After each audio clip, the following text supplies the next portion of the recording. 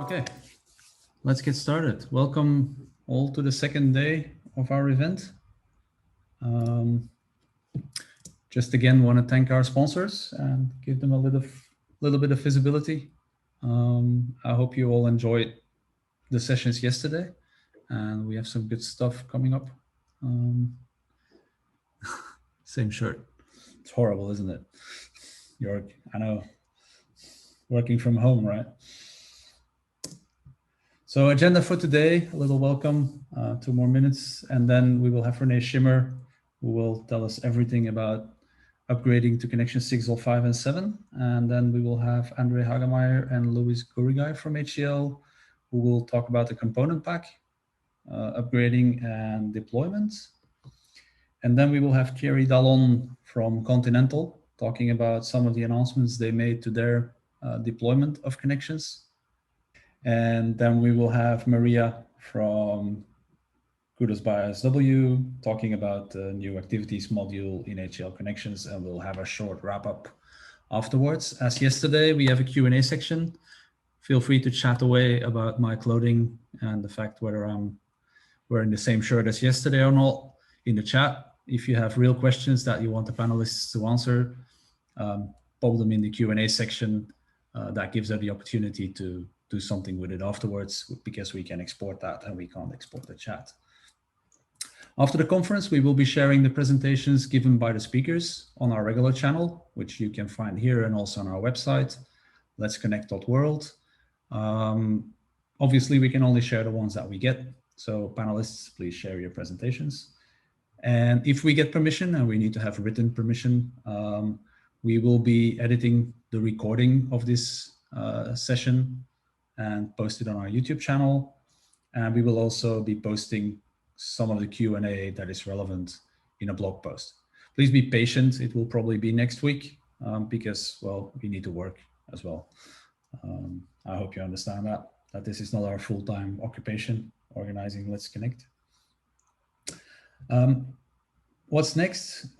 We will be having another virtual event in February 2021, which will be a bigger one than this one. Exact dates to be defined. Please join us on our regular channels to be updated. And we will also be having a physical event, if allowed, in Madrid, September 27 and 28 next year.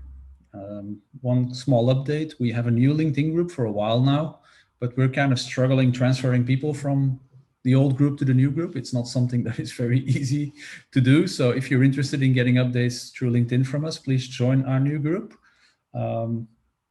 It is on our website as well, so you can find it there. And with that, I will hand it over to Rene. Okay, let me start sharing my screen. There it is. I'll give that a moment to load, and it should be up now. Okay, well, good morning, everybody. Good evening, good afternoon. I'll take the next about 20 minutes or so to talk about a topic that's also really important. So I talked about what's in Connection 7 yesterday, gave you an overview of most of the features that we will be releasing. But the reality is, of course, we rolled out new features for, with a good cadence ever since we joined HCL and before. And what I want to do is give you a quick rundown of all the enhancements that we made in the last few years, and then finish it off with a little bit of an insight into the process of how you upgrade from previous versions to Connection 7. So if you're expecting me to actually do an installation here and show you the actual, how to start the process and do it, I'm sorry, I won't be doing that. But I'll give you an overview of all the things that are in there and some important guidance towards the end on what to look out for. Okay, so just quick note on the introductory slides here. So there is little roadmap information here, so the legal disclaimer we can just ignore. But like I said, I'll start with an overview of the enhancements that we provided. And this might also be a good deck once it's shared for all of you to have in your back pocket to see what did we enhance in what version, right? It's always good to have that hindsight and catalog of enhancements ready if you need to know what was added when. So let's start with that. Why upgrade? Well, it's kind of obvious, right? If you want users to be engaged with the Connections implementation, you need to make sure that you provide new features. There are a number of things that make it much easier to use Connections and more enjoyable. For example, I personally really like the visual update we released that updates the look and feel of Connections. We did that a while ago, but there are a number of other really good features that if end users don't have them, they really might be missing out on something. So it helps drive the end user adoption, and the themes that we continue to use to update the product have all been around end user adoption or helping users to focus on their work, improve the collaboration, and help people onboard, right? So all things that are focused on the end user and making their life easier in using Connections. So let's take a quick look. Here's a one-slide chart to see, even going back all the way to 5.5, the highlights of what has been added with almost each release. We grouped some of the CRs, but you see that in this cadence here, a lot of things were added, right? So I'll go through that in more detail, so I won't be talking to this table much here. But I think this is really a neat overview to understand all the things that we have done over the past few years in improving the product. So the starting point for this will be Connection 6.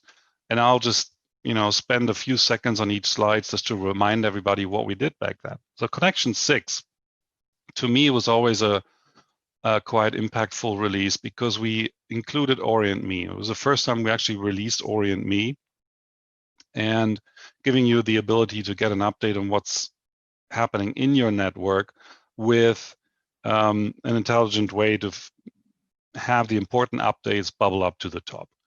At the same time, we introduced a new look and feel for communities with the top navigation, and we included the touchpoint component for onboarding users to the system. So that was way back in 6.0. CR1 and CR2 were mostly fixes, so not much features there, but with CR3, having a little sip of water here, we added the visual update. So the screenshot in the middle shows you, in contrast to the one on the left, the updated buttons, fonts, color scheme, etc. But we also added the recently viewed files and communities, which at that point was a long-standing request to find out, hey, I just want to get back to where I left off. Give me the quick list of things that I recently used. On mobile, we added the new layout of communities. So here on an iPad, you can see the horizontal navigation. So again, really important to have communities also be engaging on a mobile device. With 6.0 CR4, we then introduced another capability that I think we really did a great job in enhancing how you find and access your communities. So it's a screen in the middle. The community catalog page really addressed one of the issues where you just want a quick way to find your communities, where you can filter between communities that you just a member of or that you actually own or the ones that you created. You can easily see what communities you've been invited to. So this card-based layout, similar to what we have in Orient Me, just really improved the way on how you access the most important part of Connections, which is the communities that you're working in. We then also laid the foundation for something that I showed you yesterday when I shared a file in a Teams chat. The foundation for that was the share via link. That's the screenshot on the right there, right? Where we added the capability to take any file and create a share by link link that you can then send on an email or post in a chat. So this is what was the first step to what we're now able to do with the Teams integration, or what we also used in the Slack integration. With CR5, we added this proof of concept for the said Slack integration, right? So similar to what you saw in the messaging extension in Teams, with Slack, you can do the same, where you can actually select a file from Connections and insert that shared link. We also, at CR5 level, updated the rich text editor to support TinyMCE v5. But other than that, CR5 was a relatively small release, which was then followed up by CR6. And in CR6, we focused on the component pack mostly, where components were updated, where, for example, Solar was replaced with Elasticsearch, which was an important step. But we also introduced Customizer Lite, which makes it much easier to implement Customizer without having to go with a full stack. On mobile, that was the first time we were actually able to create communities from a mobile device. Again, another thing which was the first step, and now with 7, with a new community creation wizard, we follow up with a second step, where not only do you have the basic create community on a tablet, you basically have the full creation experience on a tablet now with 7, following up on this capability here. On CR5, we continued by adding more of the existing assets as part of the product. So here's where you are now seeing the connection sidebar, or touch point, or invite, as well as, of course, Activities Plus, which we'll hear a bit more about more later today, are all now part of the core Connections capability. We also added the transfer file of ownership, where an end user can actually now do that without requesting the admin to do that for them. Okay, one more. The 6.5 CR1, we brought back the mail integration, where from the top navigation in Connections, you can actually now have a quick look into your inbox to see emails and quickly decide, do you want to just reply to it right here and there, or ignore it? Always a good thing with email, or just continue working in Connections. And then one other part was the ability to transfer multiple files to a new owner. Some under the cover upgrades here as well, of course, and we completed the translation of Connections in the tier 1, 2, and 3 languages. Okay, 7, you've just seen yesterday, so maybe a bit of a refresher on what I showed you yesterday. There are really 4 areas in Connection 7 that we're addressing. First and foremost, it's the tailored experience, adding to how you can more quickly create communities, introduce templates that now, as well as the layout, include the apps that are being created in a community, and most importantly, some content, right? So the templates, the creation wizard, as well as the updated highlights page are the big changes in the tailored experience. Secondly, we have the M365 ecosystem support with the dedicated Teams integration, SharePoint integration, the completely new Outlook add-in, as well as the Office round-trip editing that we brought back. The export to PDF allows you to create a PDF of a wiki, a forum, so you can either share it or archive it or just print it. Okay, so that was Connection 7. Now let's talk about the actual upgrade process.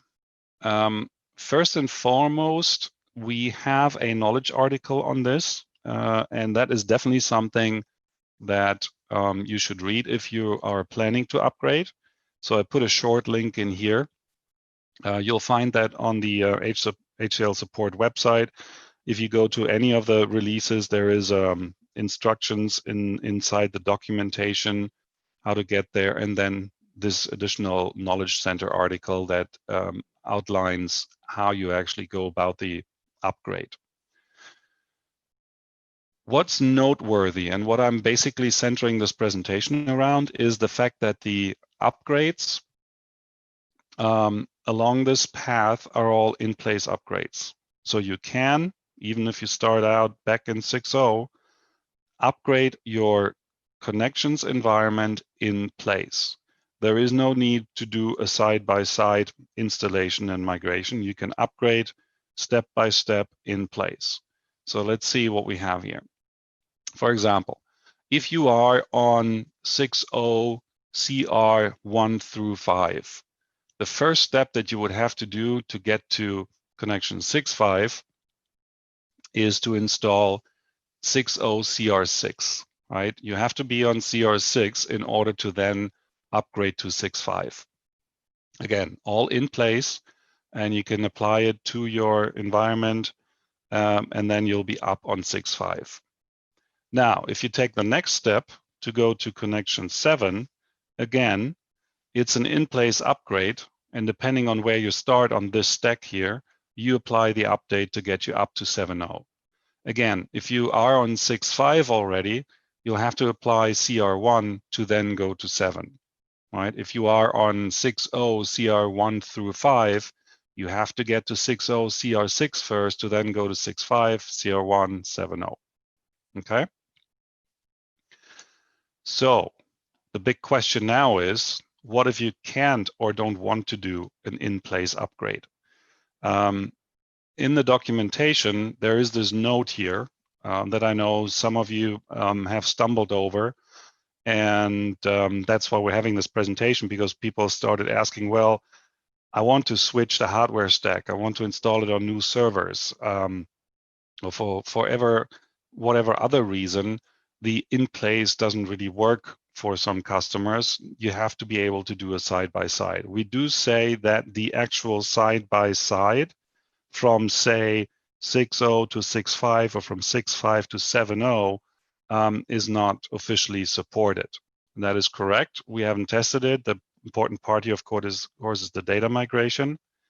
While it says here that it should still be possible, you know, I wouldn't necessarily recommend it. Instead, what I would recommend is to go about it in about this way here, where if you start out on connection 6.0 on any of the CRs as your existing connections installation, what you do next is you upgrade that 6.0 environment to CR6 on the new stack. So if you have a new set of servers running side by side, you don't install 6.5, you don't install 7 right away. You actually have to take a step back and install 6.0 and have that running with CR6, and then you migrate the data, right? From 6.0 to 6.0.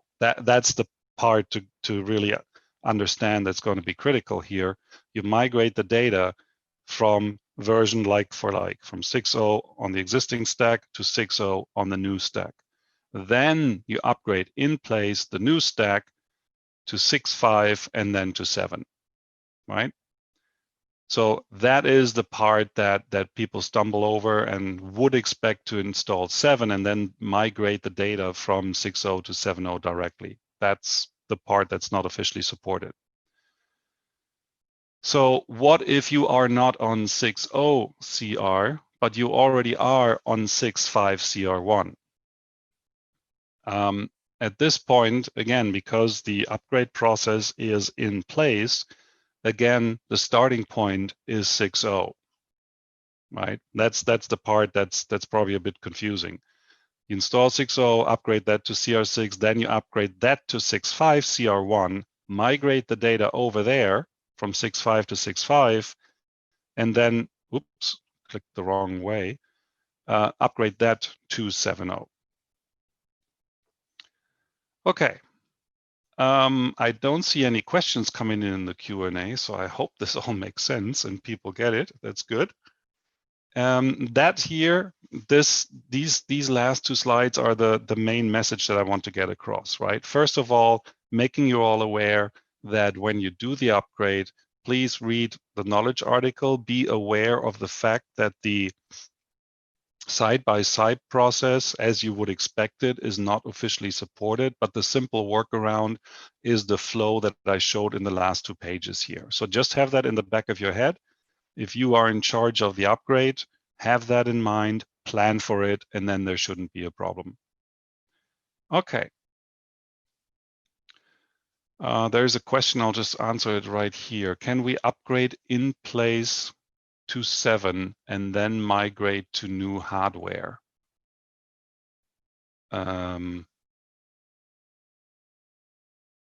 So that should work. So you upgrade in place and then you install a new stack, bring that up to 7 and then do the data migration. I think that should work. Okay.